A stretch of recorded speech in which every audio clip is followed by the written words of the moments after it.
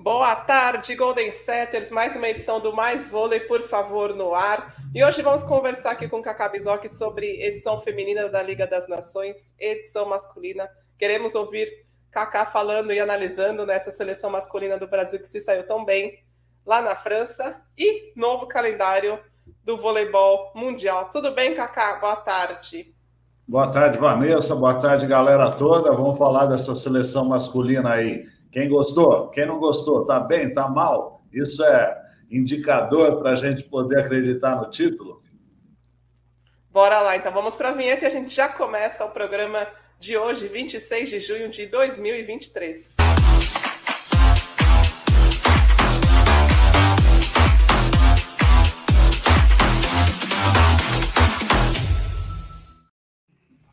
Prontinho no ar. Deixa eu agradecer aqui, vamos começar o programa de hoje agradecendo ao Luiz Leme, que se tornou membro do nosso canal.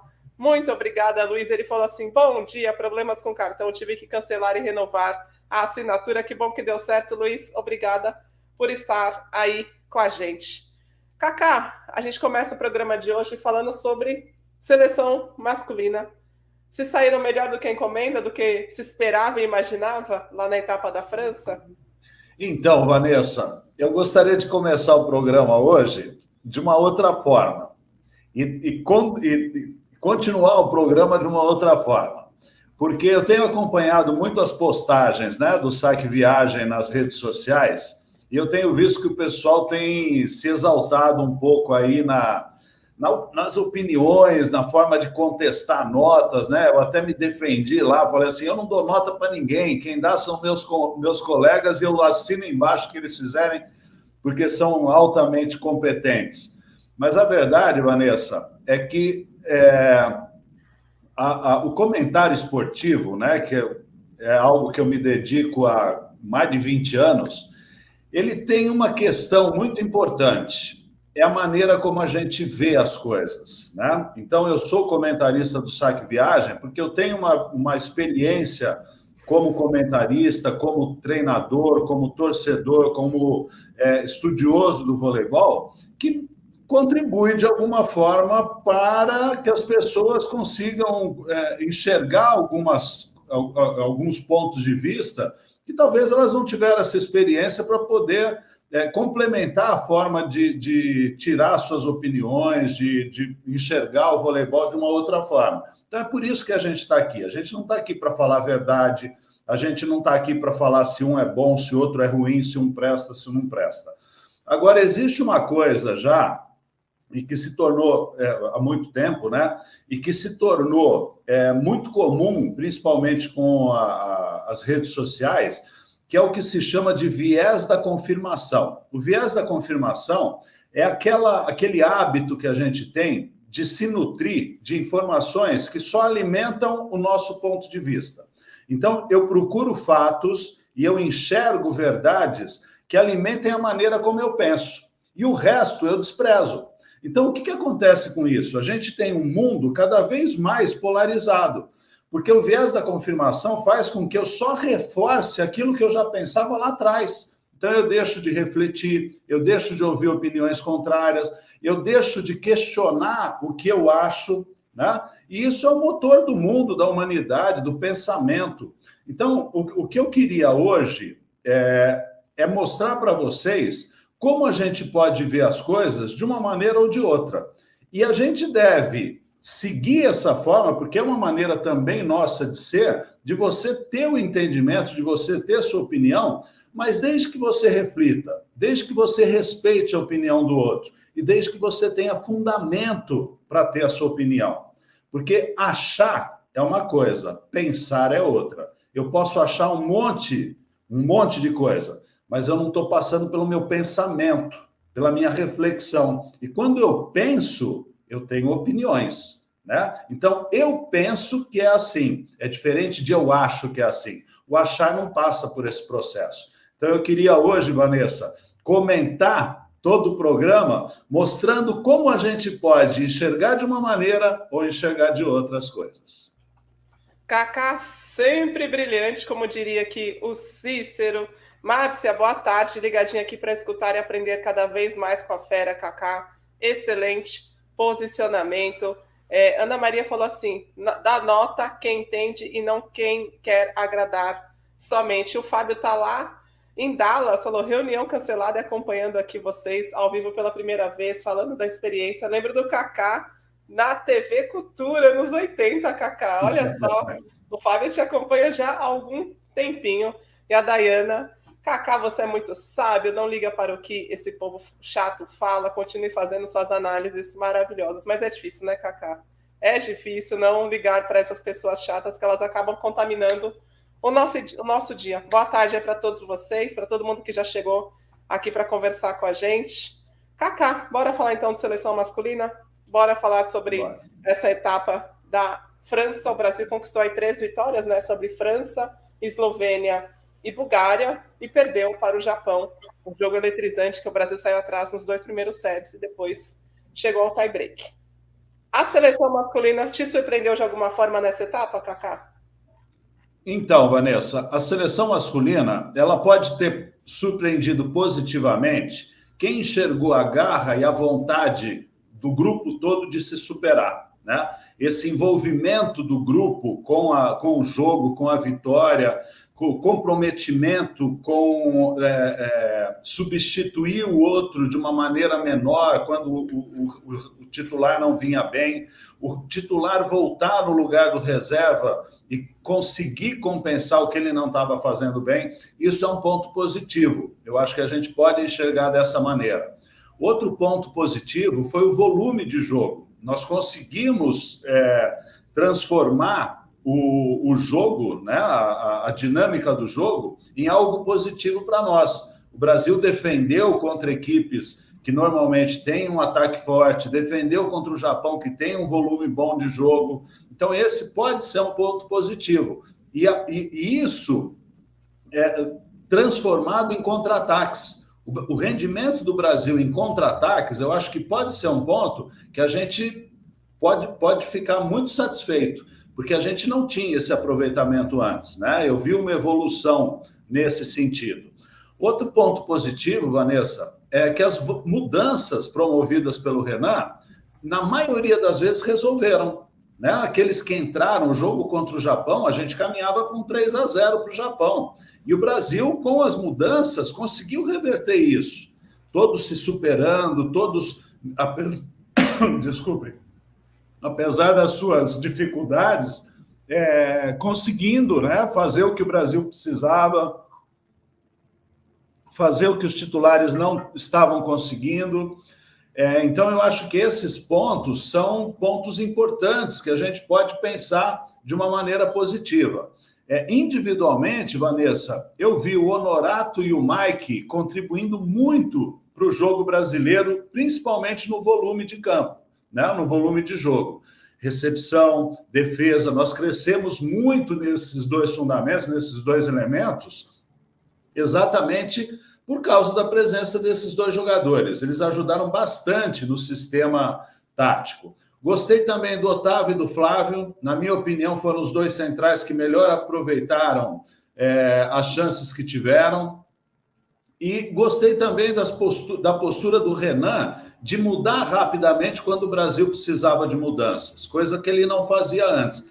Então, a gente pode enxergar, Vanessa, nos pontos positivos, para quem quer ver essa semana brasileira como boa, todos esses pontos podem ser incluídos aí na nossa avaliação, na nossa reflexão. E eu vejo também aqueles que acham que o Brasil não foi tão bem, que não dá para se empolgar, também com alguma razão, porque a gente teve alguns jogadores principais aí que não foram bem em momentos importantes, alternaram muito, né? O Bruno saiu contra o Japão não encontrando a forma de jogar. O Lucão não fez uma boa semana, muito instável, várias passagens ele passou sem conseguir bloquear nada, nem tocar na bola. Então, nós podemos ver com preocupação essa falta de jogo bom, né, de eficácia de 2 jogadores importantes. Agora, se a gente for pensar no Bruninho, que a gente está vendo aí na imagem, o Bruno saiu contra o Japão, mas ele vinha bem e voltou bem. Os jogos contra a Eslovênia e contra a França ontem, ele foi muito bem. Então, nós temos aí uma possibilidade de ver o Bruno melhorando, ver o Bruno com uma atuação muito boa nos jogos em que o Brasil foi bem, que o Brasil venceu, mas também você pode ver o desempenho do Bruno de uma forma, né, um pouco preocupante quando ele pegou o Japão, que é o melhor time da Liga das Nações atualmente. O Adriano, nos primeiros jogos, foi horrível. Dá para a gente falar assim, pô, o Adriano não fez nada.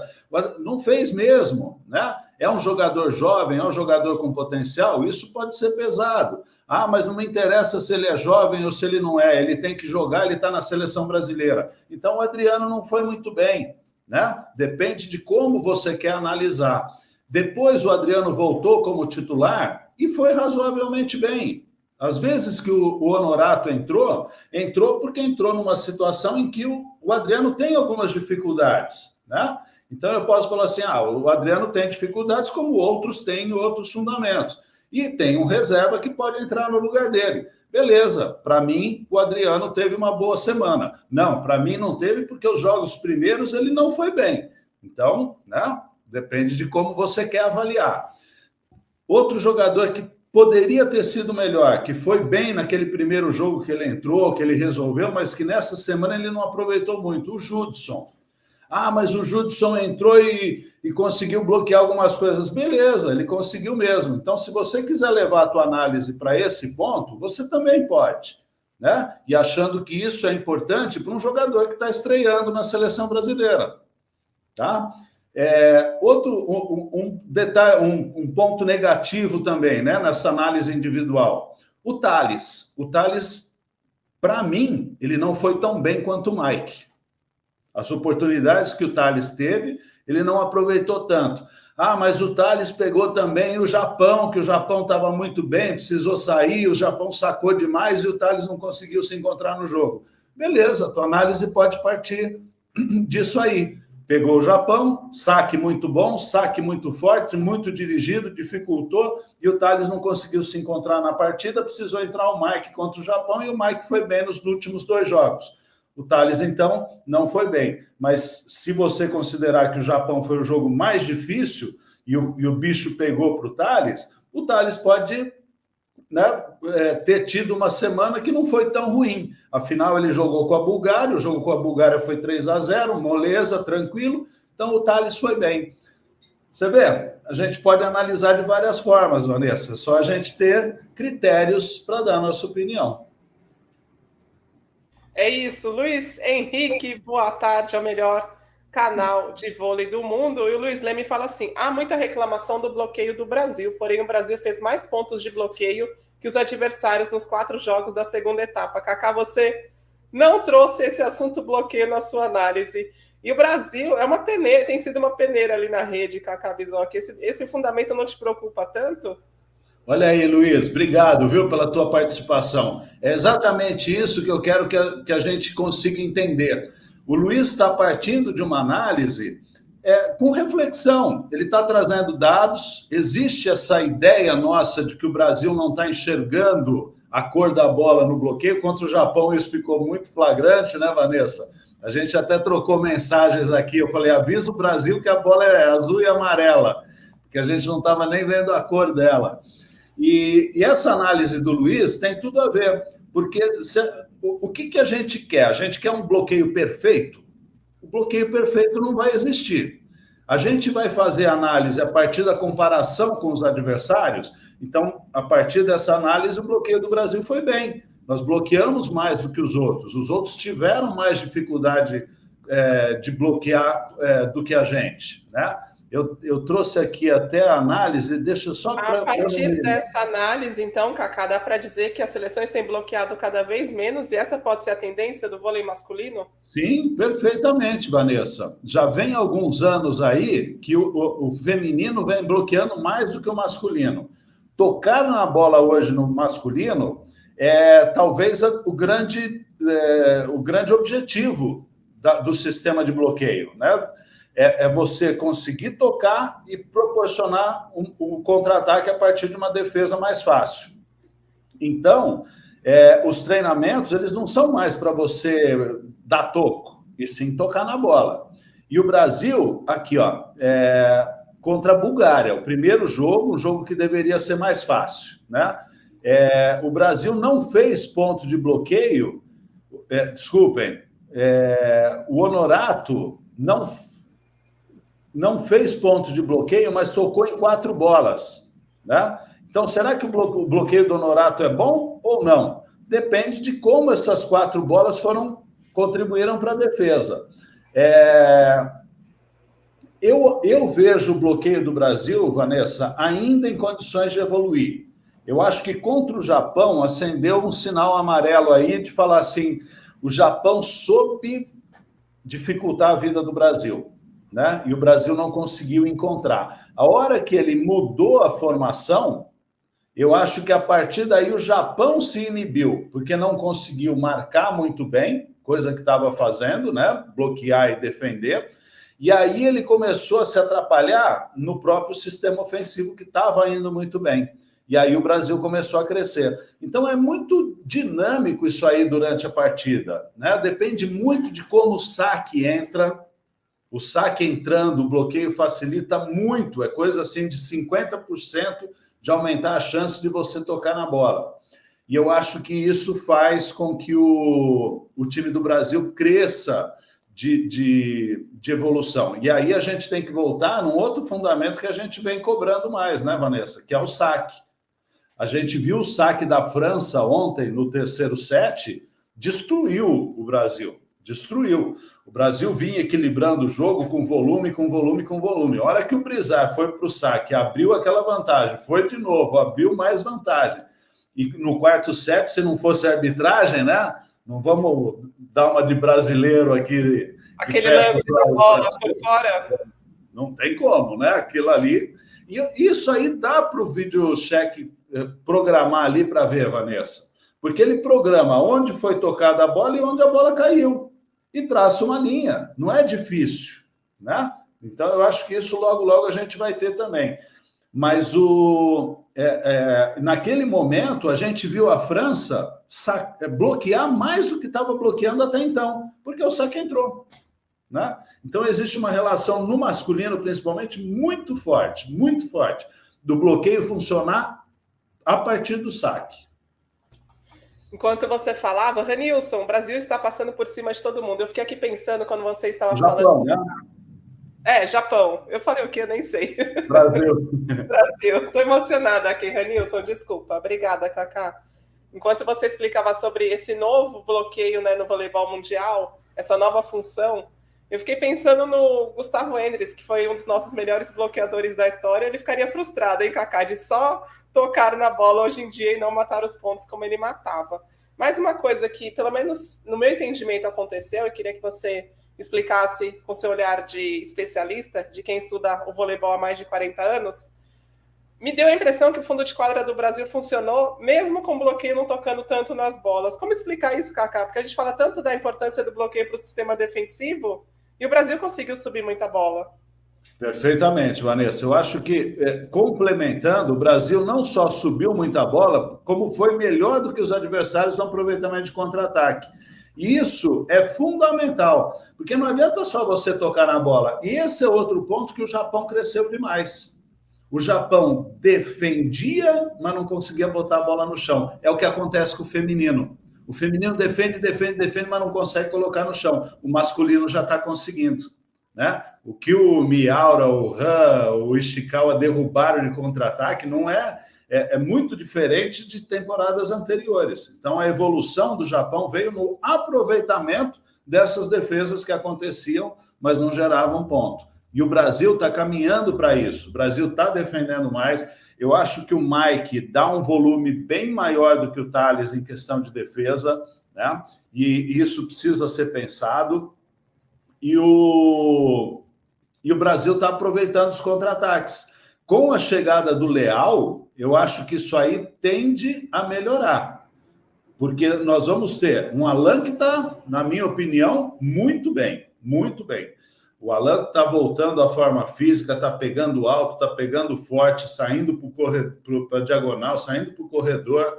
E o Lucarelli jogando do jeito que está, né? É impressionante a disposição do Lucarelli, né, Vanessa? De encher os olhos, né, para o torcedor ver o quanto ele está se empenhando. Ontem, no jogo contra a França, ele saiu para uma bola ali embaixo né, uma bola de cheque, que foi espetacular. Ele foi recuperar lá na placa, voltou, se jogou.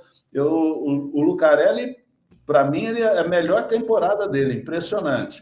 E aí, incluindo o Leal, essa valorização da defesa que você ressaltou, ela vai ter ainda o melhor aproveitamento do contra-ataque, porque o Leal é um cara de definição desse tipo de bola.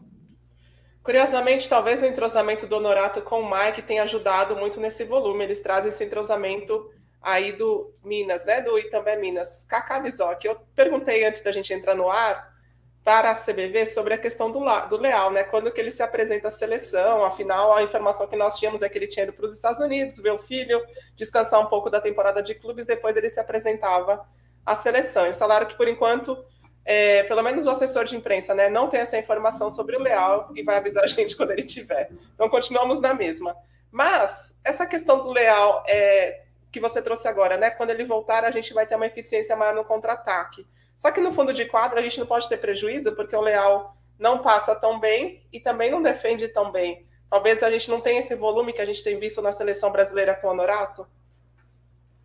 Então, muda taticamente, né? O Honorato, ele deu uma liberdade um pouco maior para o Lucarelli, coisa que o Lucarelli faz com o Leal. O Lucarelli dá uma possibilidade ao Leal de participar melhor da parte ofensiva. Mas eu acredito, Vanessa, e aí eu queria que o pessoal que tem elogiado o Honorato, e tem elogiado com toda razão, né? Porque ele tem resolvido o problema da seleção brasileira. Mas ofensivamente, o Leal está muito à frente do Honorato.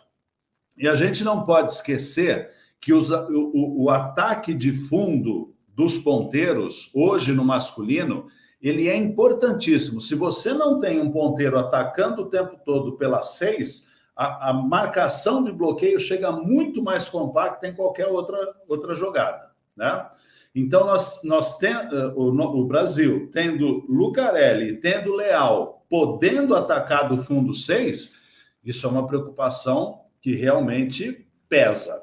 Na hora de você pegar equipes disputando semifinal, brigando por vaga, isso é determinante, né? O Honorato, eu acho que está construindo ali o lugarzinho dele, falando assim, olha, cara, eu estou aqui para isso. Se precisarem de mim, vocês sabem que vão ter na mais alta qualidade. Mas a gente vê, e aí volta, né, naquela questão da análise. O Honorato está indo bem? Está indo bem. Agora, quem quiser ponderar um pouco essa questão do rendimento do Honorato, é só pegar o aproveitamento dele de ataque, né? Contra a Eslovênia ficou muito claro isso. Ele pegou, acho que 3 bolas na sequência de bolas levantadas altas, que ele precisou explorar o bloqueio. Ele veio com toda a força, entrou embaixo da bola e bateu lá na ponta do dedo dos bloqueadores. O Payenque, o Kozamernik, né, os centrais, pum, tocava, tinha defesa no fundo. Pum, tocava, tinha defesa no fundo. Então, o Honorato, ele fez o certo. Aquele é o recurso para se usar a hora que você quer explorar um bloqueio alto. Mas no nível internacional, isso vai ser amortecido e vai ser trabalhado na defesa, né? Então, é uma dificuldade que o Honorato tem naturalmente, e que o Leal não. O Leal, ele vai por cima, ele define na diagonal, ele define no corredor, não tem bloqueio alto para o Leal, né? Então, essa compensação, Vanessa, eu acho que quanto mais a gente afunilar a decisão, mais a gente vai ver a importância de ter Leal, Lucarelli e Alain no mesmo time. Obrigada, Cacá. Vou ler aqui umas mensagens. O Luiz fala assim, eu vejo a questão dos bloqueios abaixo por conta da altura que os atacantes estão atacando as bolas e que estão atacando mais para o fundo da quadra. O Spice Girls from Saco City. Lucarelli, para mim, é o motor e a cara dessa seleção está sendo essencial, como a Gabi para o feminino. E o Simon te pergunta, Cacá Bizoc, sobre essa questão do Honorato e do Mike. o crescimento do volume de jogo passa por eles? Passa, sem dúvida, Simon, passa sim. Já elogiei aqui o Mike, o Honorato também, ele tem uma leitura muito boa de defesa, de recepção. Agora, o que está acontecendo é o sistema de recepção do Brasil funcionando com o líbero, né, ou o Mike ou o Thales. O Mike, na minha opinião, teve uma semana melhor que a do Thales, e com o Honorato. E o Lucarelli jogando com menos quadra, apesar do Lucarelli nunca deixar mais quadra para os outros. Né? É fominha, é fominha. Mas você vê, no próprio jogo contra a França, já teve uma mudança, porque uma coisa é o Honorato estrear na seleção brasileira, estrear, quando eu falo, é ter oportunidades reais, como ele está tendo agora com o Renan, e os adversários conhecerem, não conhecerem o Honorato. Então a gente via um saque entrando muito no Honorato. Cara, tudo na mão, tudo na mão, tudo na mão, todo mundo atacando, né? Aí começaram as outras seleções a esquecer um pouco do Honorato. Né? Entrava o Honorato estava em quadra, opa, o saque não pode ser nele. Esse cara aí que é novo para nós está entregando tudo na mão. Então mudou. Pode ser importante, eu acho que o Honorato vai ser uma figura fundamental se o Brasil continuar evoluindo e ele poder ser aquela peça que... Lembra do Maurício Borges, quando ele estava no finalzinho ali servindo a seleção? Ele entrava só para isso, né? E ninguém sacava no Maurício Borges porque era um senhor passador. Eu acho que o Honorato está caminhando para isso, para ser essa peça. Curiosamente, até pergunta assim para você, a longo prazo, qual a sua perspectiva em relação ao Honorato? Acha que o fator surpresa pode estar contribuindo para o bom rendimento dele? Tem muito a ver com o que você acabou de falar aí, Kaká. Então, eu gostaria de continuar assim a minha análise sobre o Honorato. Eu acho o Honorato um baita craque. A gente já falou isso aqui nos programas quando a gente cobria a Superliga, a temporada de clubes. O Minas era outro. O Minas não seria nos últimos 3 anos o que foi sem o Honorato. É um cara que domina, que comanda. A comissão técnica da seleção brasileira já teceu um monte de elogios a ele. É um cara, como eu estou falando, muito importante para a montagem de um elenco, né? Ele, pela primeira vez, teve oportunidades reais com o Renan. Então, quando eu fiz a análise do Honorato, de que talvez ele não continuasse, eu estava me colocando na cabeça do Renan, que até então não tinha dado oportunidade para ele. E o cara estava voando no clube. Então, agora que ele deu, que o Honorato conseguiu provar o valor dele, eu acho que o Honorato vai ter a oportunidade de fazer parte do elenco. Acho que não vai ser titular. Eu acho que Leal e Lucarelli estão um pouco acima dele. O Renato José falou assim, por que o Honorato não tem nível internacional se ele tem o mesmo tamanho dos japoneses? Os japoneses, Renato, eles estão construindo uma forma de jogar com uma equipe toda baixa. Essa era a dificuldade do Japão nas últimas décadas. E o Japão está conseguindo, desde que o Philippe Blanc foi para lá, há quase 10 anos, de transformar a forma de jogar do Japão para que essa diferença de altura não seja um impedimento para o Japão chegar, como foi. Então, quando a gente fala em termos padrão internacional, é um padrão que envolve habilidade, né? Envolve poder ofensivo, envolve estatura, envolve capacidade de bloqueio, né? Quando a gente fala de ponteiros. Então, o Honorato ele está um pouco fora desse padrão. E o padrão não fui eu que coloquei. O padrão internacional é um negócio estabelecido ao longo do tempo, né? O Honorato está mostrando, como eu falei, uma importância muito grande para fazer parte da seleção e, quem sabe, até classificar o Brasil em algumas situações em que ele vai precisar entrar e vai resolver, porque ele já mostrou que ele não foge da briga, que ele realmente faz o que precisa fazer. Mas a gente viu que existem algumas dificuldades. E quando pegar uma França completa, quando pegar uns Estados Unidos babando na reta de chegada, jogando o máximo que pode, talvez o máximo que o Honorato possa dar não seja suficiente para ele ser titular contra esses times. né? Então, é isso que eu falo quando é padrão internacional. Tá? Agora, o Japão está construindo uma forma coletiva de jogar há muitos anos. Isso está fazendo com que todo o grupo, você vê o Miura botou o Nishida no banco, está jogando para caramba, né? O oposto titular ali do Japão, por causa da evolução natural de todo mundo. Tá?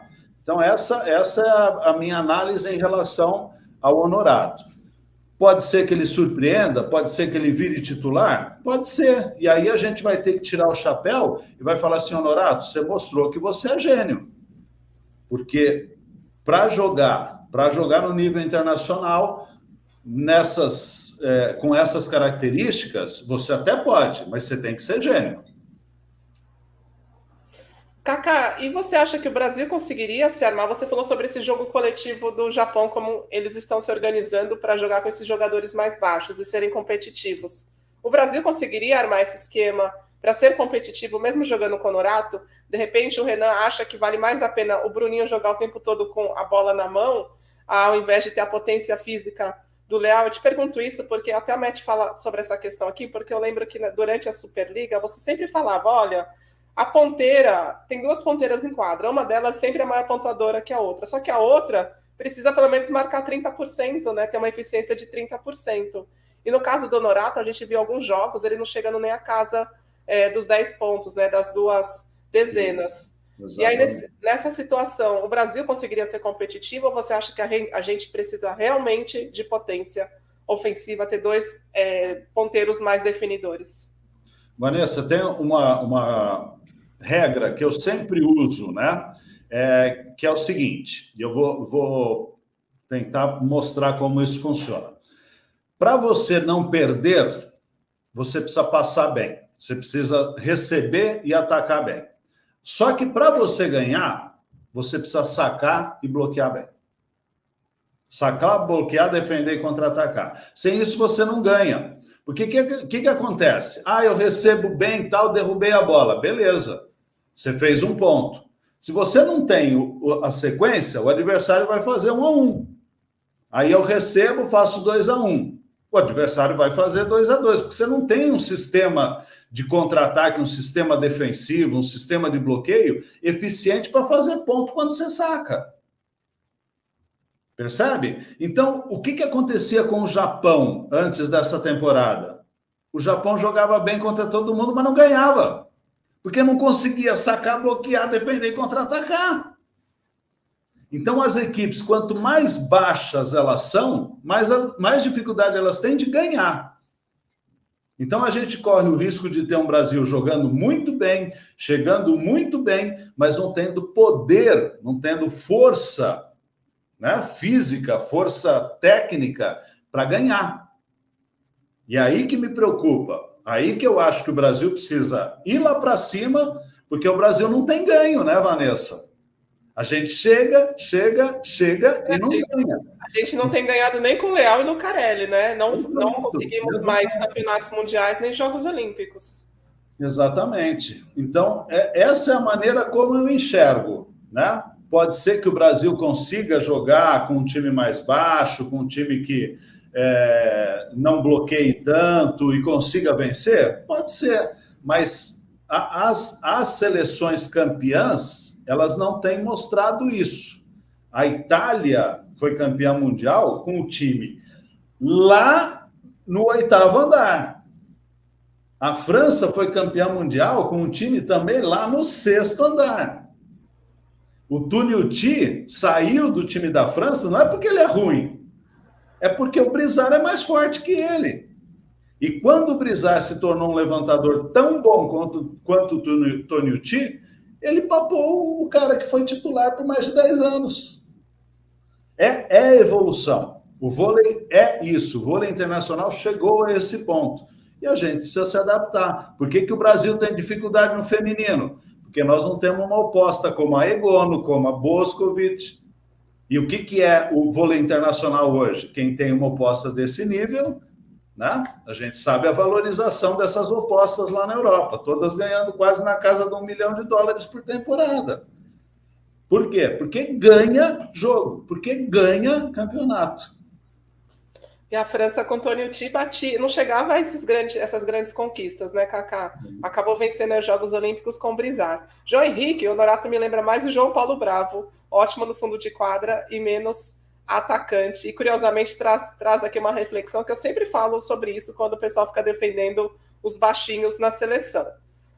Então, mas e a clássica pergunta, o que o Japão conseguiu ganhar até hoje? Infelizmente o físico pesa na reta final. Normalmente começam com tudo e acabam decaindo em função disso. A gente vai ver se o Japão agora enfrentar esses times mais altos completos, né? Por enquanto, as seleções não estavam completas. Polônia já está completa, Itália, a França ainda falta em HP, mas já é um time mais completo. Mas o HP já está lá no camarote, né? Está só nos petiscos. Tá errado ele, Kaká? Tá nada. Vanessa, só me permita completar, então, esse raciocínio que eu estou tentando trazer para o programa de hoje, né?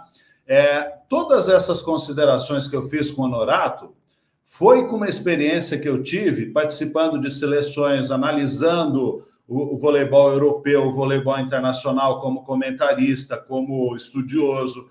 Agora, eu concordo com todo mundo aqui que achar que o Honorato está sendo uma das figuras principais do Brasil. Eu não tenho dúvida disso também, e apoio a tua opinião, porque ele está mostrando mesmo que está muito bem, e que ele está servindo a seleção da melhor maneira possível. Ele é a grande surpresa dessa seleção. E eu acredito também que, se não fosse o Honorato, talvez a gente não tivesse 2 semanas tão vitoriosas. Nós perdemos apenas 2 jogos. 2 jogos. E num masculino que é tão equilibrado como a gente sabe, a gente tem aí 8 times que podem chegar ao título. Não dá para você falar que o Honorato não foi bem, né? Então, tudo é uma questão de análise e de quais pontos você leva em consideração para fazer a tua análise. Nós podemos ter 2 opiniões, mas não me venha com defesas sentimentais, né? Baseia a tua opinião, tem razão um lado e tem razão outro lado, porque está baseado em coisas que têm fundamento.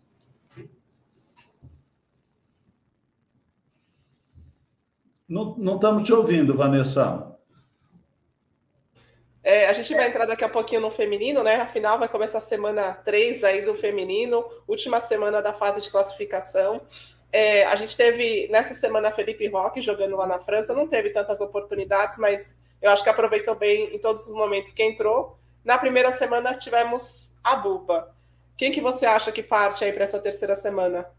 Nós estamos bem nesse ponto, né, Vanessa? Um monte de gente aí. E teve gente que não teve nem oportunidade ainda, né? A gente esperava ver o Vacari, que desbancou o Rodriguinho no Sada Cruzeiro jogando, e até agora nada do Vacari. O Darlan também, nada do Darlan aparecendo, né? O Darlan, foi bem lembrado, né? O posto do Brasil na última temporada. Então, eu acho que o Abuba, ele entrou em situações mais difíceis na primeira semana, e ele mostrou que ele tem capacidade de encarar alguns desafios que vão vir pela frente. O Felipe Roque entrou em algumas inversões. Foi bem, foi seguro, né? Teve chance de contra-atacar bolas difíceis e pôs no chão, coisa que a gente não viu o Felipe Roque entrando, né, nessa situação de inversão e sendo tão decisivo, mas o Abuba teve mais chance de mostrar. O Felipe Roque não. O Felipe Roque parece que era uma opção pontual ali para inversão. Bom, então para o Kaká Bizoc pode ser que pinte aí o Abuba nessa terceira semana entre os ponteiros. Havia muita desconfiança em relação ao que o Adriano vinha apresentando nesses jogos da seleção. Ontem contra a França, Kaká, você acha que ele mudou um pouquinho a imagem dele em relação ao voleibol apresentado, a essa oportunidade que ele vem tendo na seleção? Ou você tentaria buscar Vacari ou o Birigui ali em Saquarema para jogar essa terceira semana? Eu acho que ele já conquistou o lugarzinho dele. Não tem quem tire, não. Não acho que os outros jogadores que não tiveram oportunidade ainda possam contribuir da maneira como ele contribuiu. A menos que o Renan tivesse uma carta na manga ali de um outro ponteiro tão bom no passe, tão bom de volume de jogo quanto ele, né? Outro ponto importante também é o saque do Honorato, né? O saque dele entra bem em momentos de alta tensão. Você não vê o cara aliviando, ele vai sempre na mesma batida, sempre na mesma pegada. Eu acho que ele saltou muito à frente dos outros, Vanessa, muito à frente. Bom, mais alguma coisa a se falar, Kaká, sobre essa seleção masculina, sobre o desempenho do Brasil aí contra a Bulgária, Eslovênia, Japão e França? Olha, deixa eu só voltar aqui que eu tinha algumas coisas assim. O jogo contra a Eslovênia, né? O jogo contra a Eslovênia, eu acho que o Brasil, depois do jogo contra o Japão, teve o maior desafio, porque vinha de uma derrota e pegava um time que está montado, é o time titular, é um time que já está entrosado. O Brasil errou demais, foram 32 erros contra 23 da Eslovênia e conseguiu fazer 3-1. Então, para mim, o jogo com a Eslovênia, ele serviu de parâmetro para o que o Brasil podia render. E deixar para trás a derrota contra o Japão era muito importante. E eu acho que esse jogo foi chave, foi muito importante. O Brasil teve um adversário muito difícil. Eu acreditava que o Brasil fosse perder da Eslovênia depois da derrota para o Japão, e não foi isso que aconteceu. E a gente teve praticamente o time titular, né? Que começou o jogo contra o Japão, tendo o desafio de falar assim, de mostrar que, aproveita aí, porque vocês, se não são os reservas entrar, a gente nem levava para o quinto set o jogo com o Japão. E a maioria deles foi muito bem.